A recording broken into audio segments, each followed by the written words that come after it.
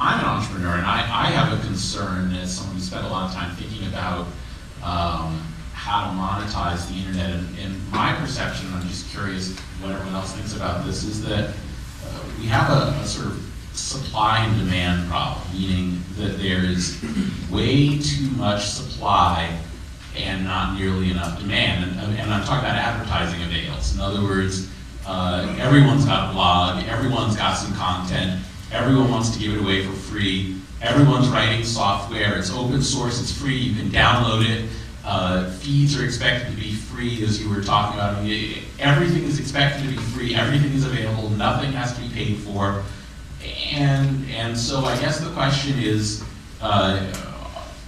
it sustainable? I mean, we're all excited, but is the whole model of things being advertising driven and somehow we'll be able to get Nike or someone selling physical goods that can't be shoved through the pipe, that's how we'll monetize it.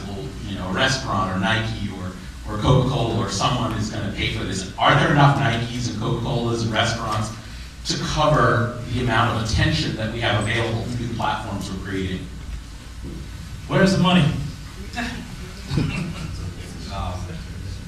Maybe I have a naive approach to this, and let's just use the music industry as an example. So I think most of the record labels and the big music companies were saying exactly what you were saying before Steve Jobs went out and wrong. Now they may not like the model, may not think it's being that the music is being charged for enough. But I think particularly on the web, and we found this with the BMW Films project, it becomes like this cost-benefit analysis that the average consumer does. I'll let you know this much about me if I get X, Y, Z. And we worried about that with that project. Are people going to fill out a cumbersome registration process so that they have access to this content that they can't get anywhere else? 90 million downloads later, we proved it was right. And I think some derivation of that has to be built into whatever it is that you're putting out into the web.